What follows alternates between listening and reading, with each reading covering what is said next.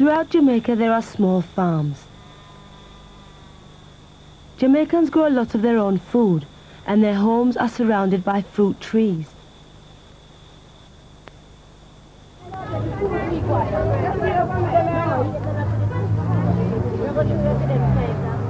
People earn their living by selling fruit and vegetables in the nearest town or village. It's often their only source of income. The vegetation is rich and varied because of the good climate and the soil. But just below the soil lies what is called Jamaica's red gold, bauxite. Bauxite is an earth containing many minerals. The most important of these is alumina, from which we get aluminium. Aluminium is used to make pans, drink cans and kitchen foil. Bauxite is Jamaica's biggest export, earning millions of dollars, so it's very important to the island's economy. In the Breadnought Valley, as farmer Travers and his mother watch the topsoil from their fields being scraped away, they wonder what sort of farming they'll be able to do here when the miners have left.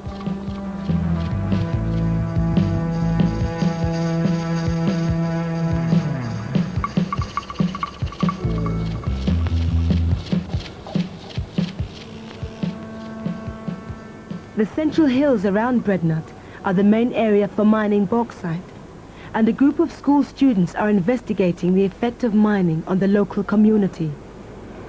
The valley is rich in alumina, which is good for Jamaica. But what about the people who have lost their land? The minerals belong to the government, and it's the government and the mining companies that decide how much the farmers will get for their land.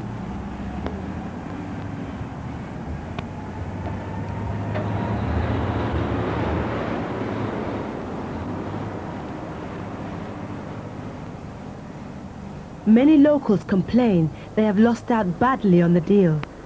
The students spoke to two farmers, Berva and George. How do you feel about your fruit trees being destroyed? Very bad, because about an acre or an acre and a half of fruit trees, and all are gone. Could you name what type of trees you had? Yes. Orange, tangerine, mandarin, coffee. Sweet grape. Sweet grapefruit, coconut tree, starapper tree. What they gave you for the trees, what in exchange? Well, they value the tree, and as gone to them say them pay you for the tree. And if that tree value $20, they just say $20. So do you make a complaint about this? We don't have who to make a complaint, sir. Where to go Where to go and make a complaint. Before mining starts, 40 centimeters of topsoil are removed and piled at the edge of the mine. When mining's finished, deep holes are left, so the company smooths over the land and puts back the topsoil so people can farm again. But the soil now has to cover a much wider area, so it's thinner. This land belonged to George. Well, it used to be fruitful, but the company had destroyed it. The land was filled more than this. It needs more topsoil to grow more trees. This land, it don't have on more than probably a foot of soil on it. So, and for you to plant trees, it had to have at least 5 feet of soil onto it. Mr. Hallin, why is it that you don't plant back the trees after finish mining, and it is so important to our rainfall and to the community as well, because like fruit trees, it helps the people in the community to make a living by selling the fruits and so on.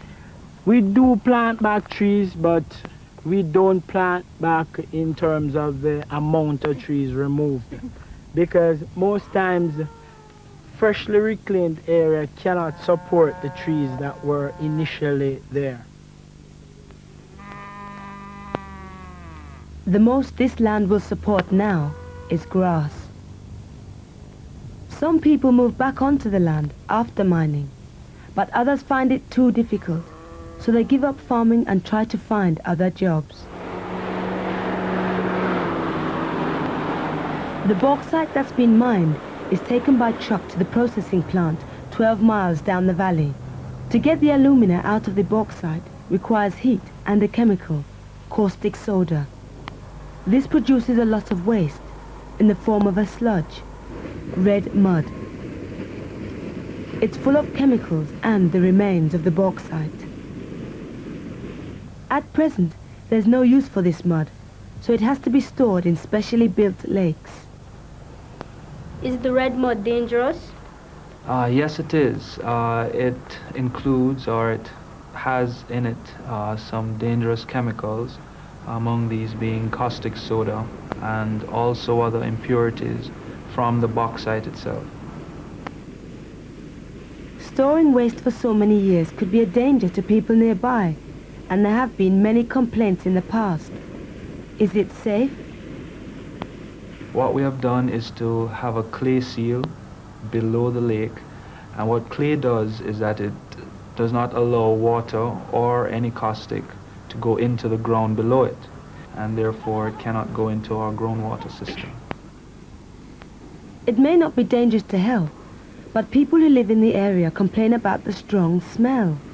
The smell was like carbon dioxide. It's like you was choking, you could not breathe properly.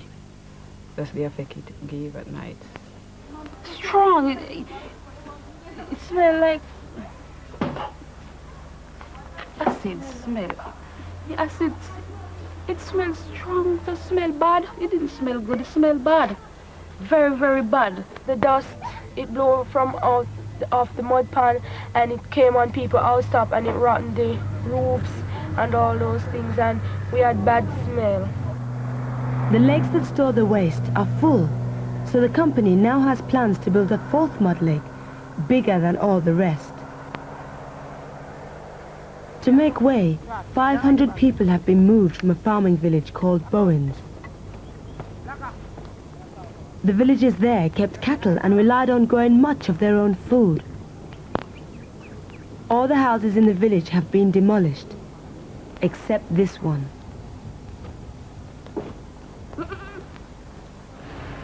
The population of Bowens has been resettled in new houses built for them by the company about a mile up the hill from the old site. This village is New Bowens. The students visited New Bowens to find out how people are settling in.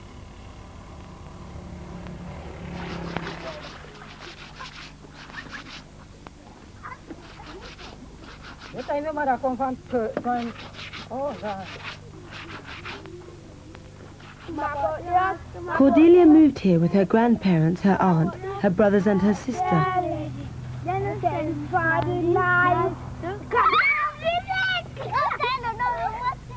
That's the church over there. That's Mount Zion Episcopal Church. Yes, that's the church I attend. Over there is my cousin's home, over right here, and those are cane trees and flowers tree. Here is my house. How did you feel when you heard that the whole village was going to be moved? I felt great. Why? Because it was nice moving from an old home and going to a new one. When you saw your new house, what did you think of it? I think it was great at first, but when I went inside, they had taken off one of our rooms and it was smaller. For the first time, all the villagers have running water in their homes. I like living here because it's much better condition compared to Old Boyne. There wasn't that bathroom, kitchen. It was much outside, and the water system is better here. You see, we used to have to carry water, so then you're going to carry that amount of water for home use and for garden. So, has the move made people's lives easier?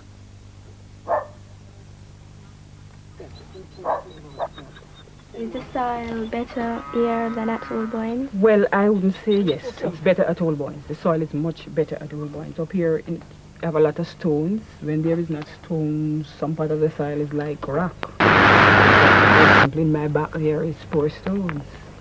The soil is much better at Old Boyne.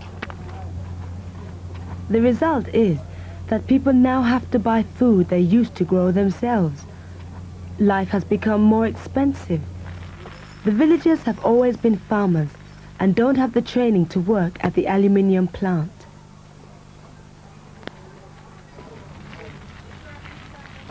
Everyone lost their fruit trees in the move. We were told that we are going to get back fruit trees, but the fruit trees that we got up here, it's little, because we had about 10 mango trees down by Old Boynes, but now we just get back 2 mango trees, and when we plant them, the soil up here is not very good, because things are dying when you plant them. Although the water is now piped to the village, sometimes the water supply fails, and the villagers may have no water for a day or more.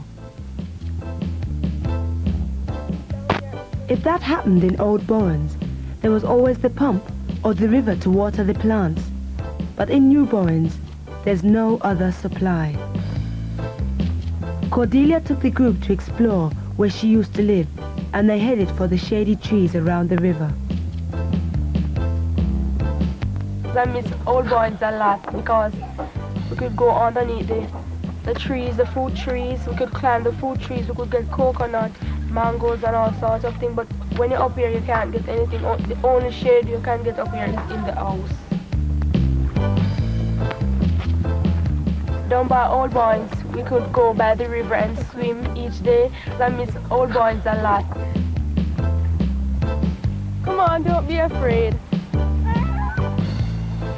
They also went to visit the one family who hadn't moved. Must answer. Stop first. Must answer. Anybody inside? Hello? There was nobody at home. Cordelia explained they were refusing to move until they got the size of house they wanted and a site that had good soil. Must answer. The family is lonely and isolated here, and soon they will have to move whether they want to or not.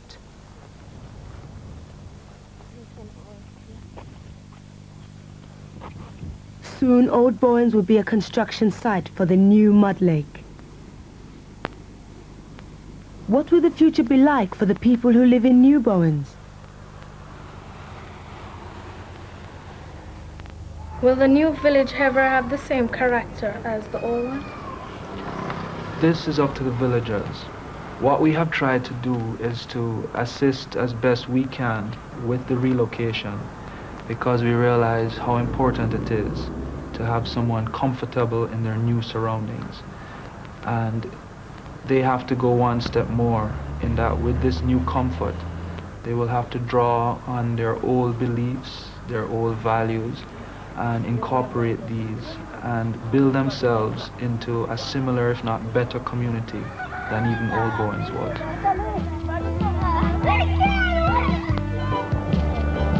In the hills and the valleys in this part of Jamaica, the landscape is changing.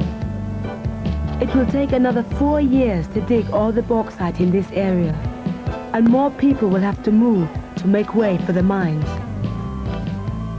What sort of life will the farmers have after the miners have gone?